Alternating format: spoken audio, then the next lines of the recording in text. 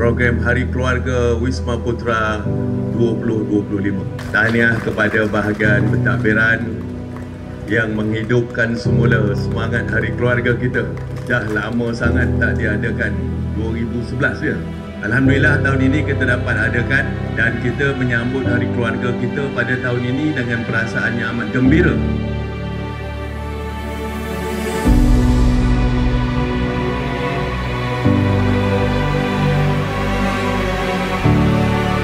Salam sejahtera dan salam Malaysia Madani.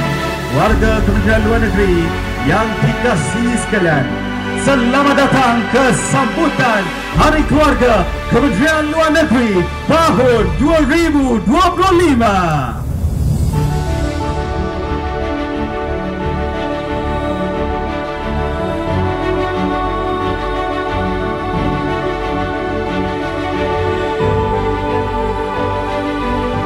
Macam mana tugas berat kita di Wisma Putra pun ingat bahawa kita ada keluarga. Keluarga yang memberi sokongan moral, keluarga yang bersama-sama dengan kita, anak dan isteri ataupun suami dan isteri yang sentiasa bersama dengan kita.